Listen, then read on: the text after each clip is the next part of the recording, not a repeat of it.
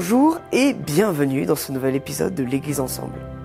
Aujourd'hui, on se retrouve avec le pasteur René Foll, qui va nous partager une prédication qui a pour titre « Pourquoi prêche-t-on » Si vous avez des questions, je vous invite à les poser dans le chat. Je vous dis à tout à l'heure et bon visionnage.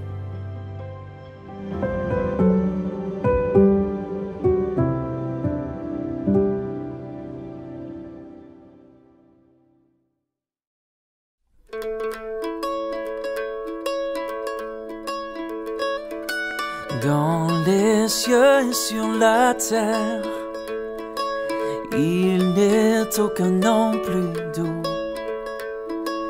aucun que mon cœur préfère.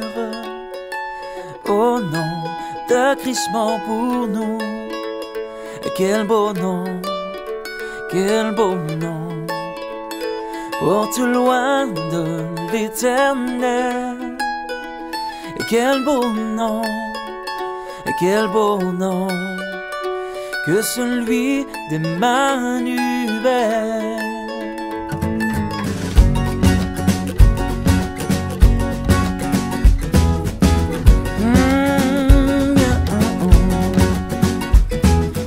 Quelque grand que soit un homme, qu'il soit prince ou qu'il soit roi, de quelque nom qu'on le nomme, Jésus est plus grand pour moi. Quel beau nom, porte loin de l'éternel. Quel beau nom, que celui d'Emmanuel.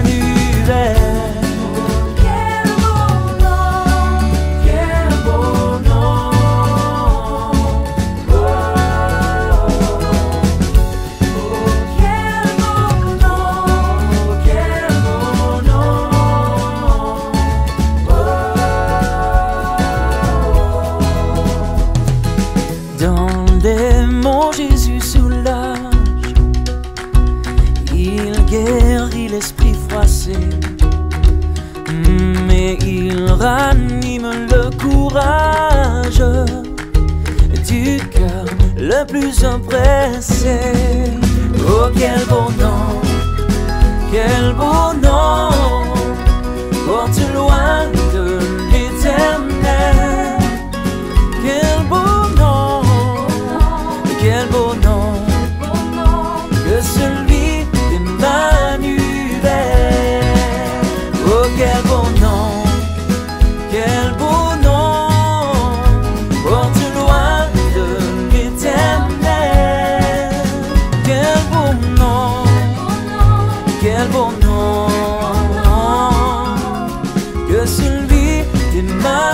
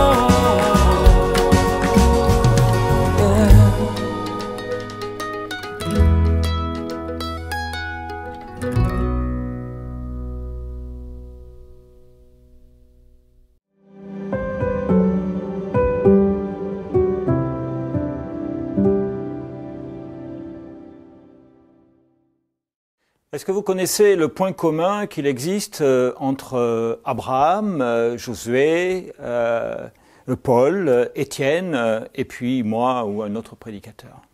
Est-ce que vous avez une idée de ce qui nous rassemble?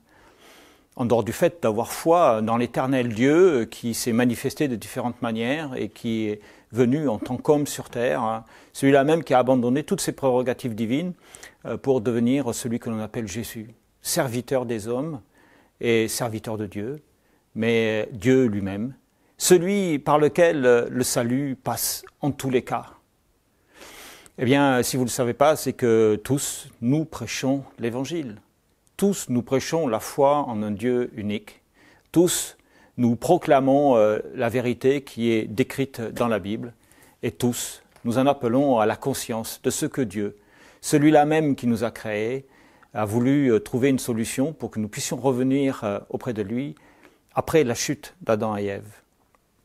Ce postulat posé, quelle autre raison pouvons-nous trouver pour prêcher l'Évangile? En fait, il n'y en a aucun.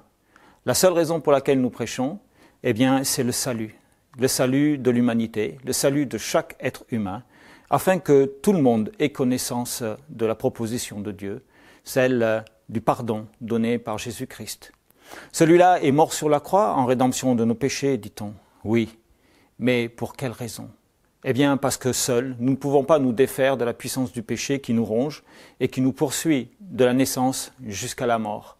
Et c'est bien pour cela que nous devons, nous aussi, mourir pour pouvoir le rejoindre. Et le rejoindre de quelle manière? Eh bien, à travers la foi que nous avons en lui, celui-là même en qui nous avons foi parce qu'il a confiance en nous, nous donne cette opportunité de rejoindre le Père et de le retrouver dans la vie éternelle. Cette promesse n'est pas lointaine, elle est à hauteur d'être humain. Et bien sûr, nous sommes dans l'attente du retour du Christ, mais cette attente est écourtée par la durée de notre vie, et c'est véritablement comme si nous le retrouvions immédiatement. Je dis comme si, car nous savons que la mort n'est rien sinon qu'un sommeil dans lequel nous patientons en sécurité dans les bras de Dieu, le retour du Christ, lui qui nous donnera un corps incorruptible pour le rejoindre, incorruptible au péché, bien entendu. Notre prédication ne sert à rien si nous mettons de côté la résurrection du Christ. Celle-ci serait vaine, notre foi serait vaine si nous ne considérions pas que le Christ est véritablement le Christ et qu'il est celui qu'il est celui qui est ressuscité, revenu des morts, mais non pas revenu des morts, je postule qu'il a combattu la mort parce qu'il est la vie et que cette vie s'est exprimée à travers lui, afin que nous aussi, nous puissions savoir que cette vie est pour nous, puisqu'elle vient de Dieu et qu'elle a été donnée par Jésus. Eh bien, aujourd'hui, nous rentrons dans cette problématique qui est la prédication de l'Évangile. Pourquoi? Eh bien, tout simplement parce que vous attendez des prédications sur l'Évangile, sur la manière d'être sauvé, sur la manière de prier, sur ce qu'il faudrait ou ne pas faire, sur ce qu'il faudrait ou ne pas croire. Mais les raisons de prêcher sont parfois un peu obscures. En tant que prédicateur et pasteur, eh bien, je me dois, bien entendu, d'apporter cette nourriture spirituelle à ceux qui m'écoutent. Mais au-delà du devoir, c'est ma foi qui me fait agir dans cette direction-là. Car je ne prétends pas parler seulement de mon propre chef, mais bien soutenu par l'Esprit Saint que je réclame à chaque fois. Mais ça, c'est de la technique. Au fond, qu'est-ce qu'il y a? Eh bien, il y a cette assurance viscérale en moi que Dieu est véritablement présent dans notre monde et qu'il agit jour après jour dans l'existence de chacun d'entre nous. Cette certitude qui est en moi me pousse à vous dire, à vous qui m'écoutez, ayez confiance dans ce Dieu qui dit qu'il sera là tous les jours jusqu'à la fin du monde. Ayez confiance dans ce Dieu qui dit qu'il tabernaclera au milieu de son peuple, c'est-à-dire qu'il vivra au milieu de son peuple, ce qu'a réalisé Jésus. Ayez confiance dans ce que l'histoire nous dit de Jésus, car cette histoire est vérifiée et Jésus, l'homme historique, a vécu, bien entendu. Mais on connaît peut-être plus mal l'homme spirituel, Dieu sur terre. Et peut-être avons-nous parfois du mal à considérer ce qu'il a été. Il n'a pas été seulement un guide, il n'a pas été seulement un maître de la loi, ni même encore un prophète. Il était Dieu entièrement. Et la manière dont on l'aborde, c'est aussi la manière dont on le prêche. Car quoi prêcher? Est-ce que l'on prêche pour un homme? Est-ce que l'on prêche pour un événement? Est-ce que l'on prêche la venue de qui que ce soit d'autre que Jésus? Non, c'est son nom qui est annoncé parce qu'il est intimement attaché à l'Évangile, c'est-à-dire la bonne nouvelle. Et cette bonne nouvelle, si vous ne l'avez jamais entendue, eh bien laissez-moi vous le dire. Par votre foi en Jésus-Christ, vous êtes tous sauvés et vous avez tous droit à la vie éternelle. Et dit comme ça, cela semble tellement simple. Et ça l'est en réalité.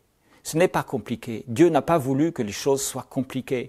Si vous lisez attentivement non seulement les évangiles, mais le reste de la Bible, vous allez voir qu'au cours de son histoire avec l'être humain, eh bien, il a à chaque fois, à chaque étape, à chaque génération, facilité sa représentation, facilité sa présence auprès de l'être humain, jusqu'à se manifester en tant que Jésus. Un homme parlant à d'autres hommes. Et voilà pourquoi nous prêchons. Parce qu'un homme est mort sur une croix de manière abominable pour apporter la liberté à tous ceux qui étaient emprisonnés. Emprisonnés de quoi? Je pense l'avoir dit déjà plusieurs fois, mais je vous le redis encore une fois aujourd'hui. Emprisonnés par la puissance du péché.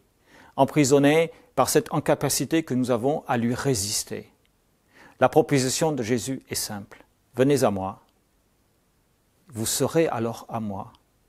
Et en m'appartenant, eh bien, vous aurez les outils nécessaires pour combattre celui qui essaie de vous perdre.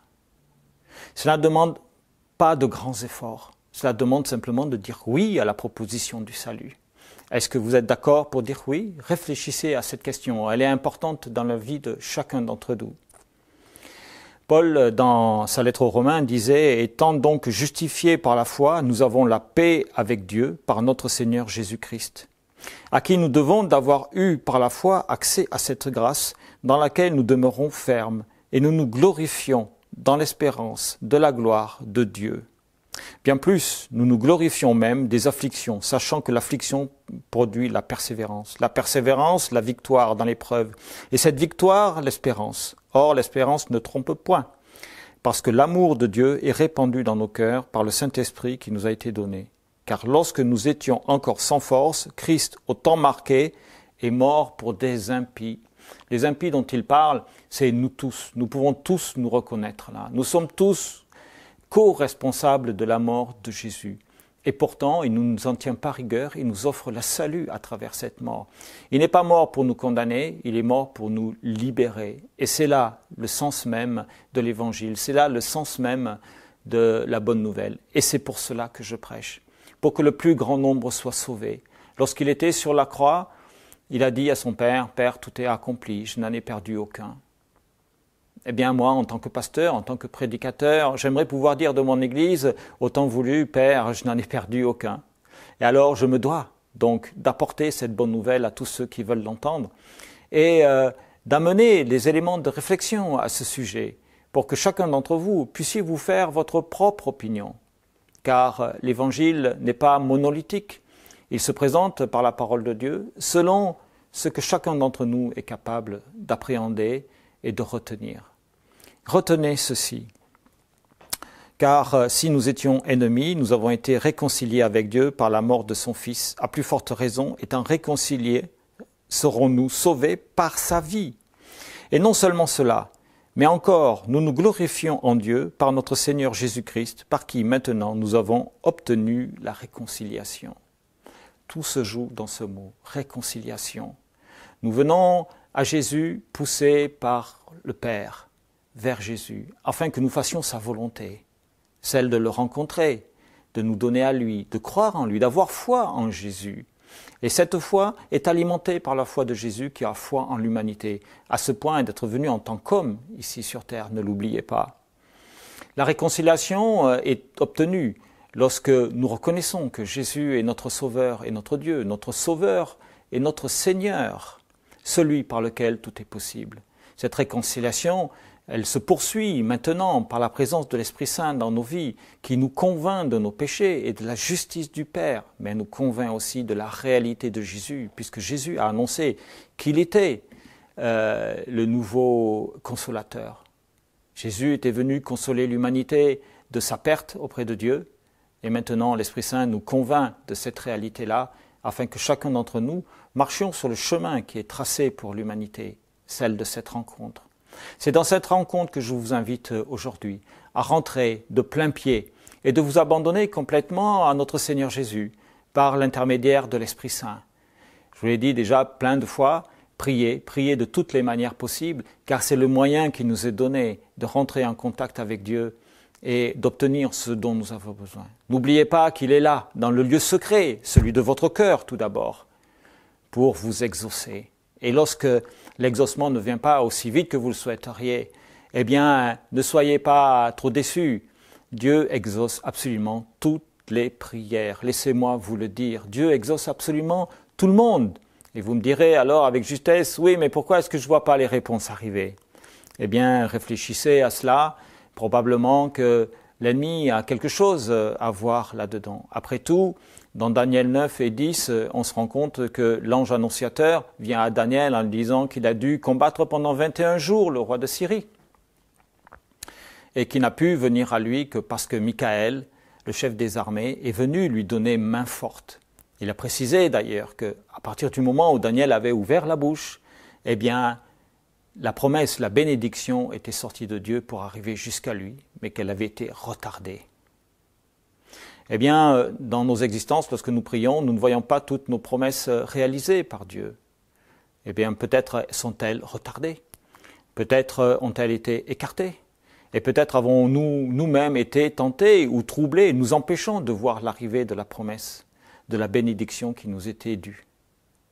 Alors, je vous encourage véritablement à la persévérance, parce qu'il s'agit aussi de persévérance. Nous devons persévérer dans cet amour que Dieu nous donne, afin de pouvoir le restituer. N'oubliez jamais qu'il n'y a pas de meilleure bénédiction que celle que l'on partage. Et l'une des meilleures bénédictions qui soit, c'est vraiment l'annonce de l'Évangile, l'annonce de la bonne nouvelle.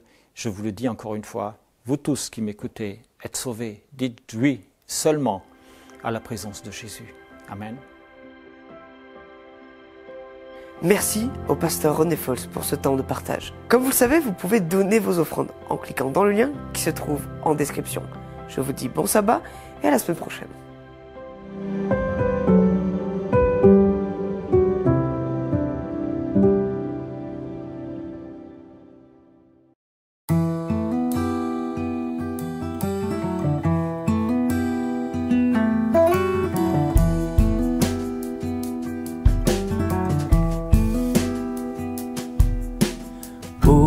Prends mon âme, prends-la Seigneur, et que ta flamme brûle en mon cœur,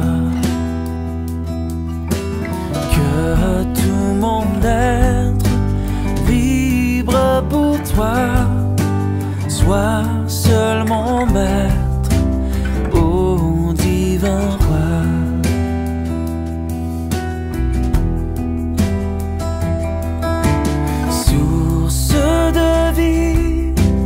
De paix, d'amour, vers toi je crie, la nuit, le jour, entends ma plainte, sois mon soutien, calme ma crainte, toi mon seul bien.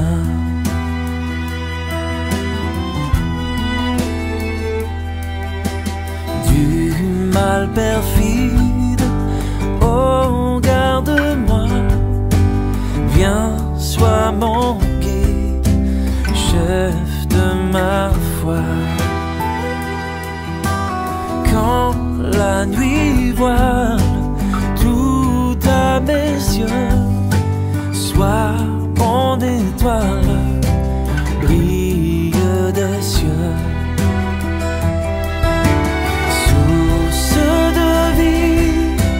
De paix, d'amour, vers toi je crie, la nuit, le jour, entends ma plainte, sois mon soutien, calme ma crainte, toi mon seul bien. Oh,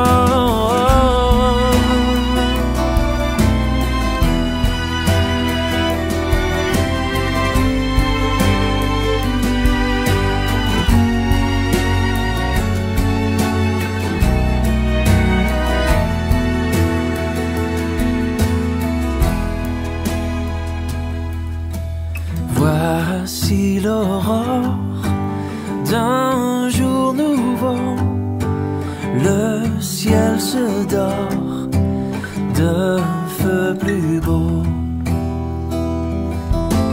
J'ai s'apprête.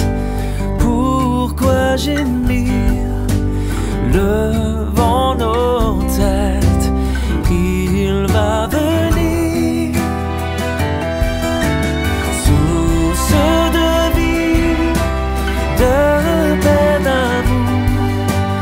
Vers toi je crie, la nuit, le jour. Entends ma plainte, sois mon soutien, calme ma crainte, toi mon seul bien.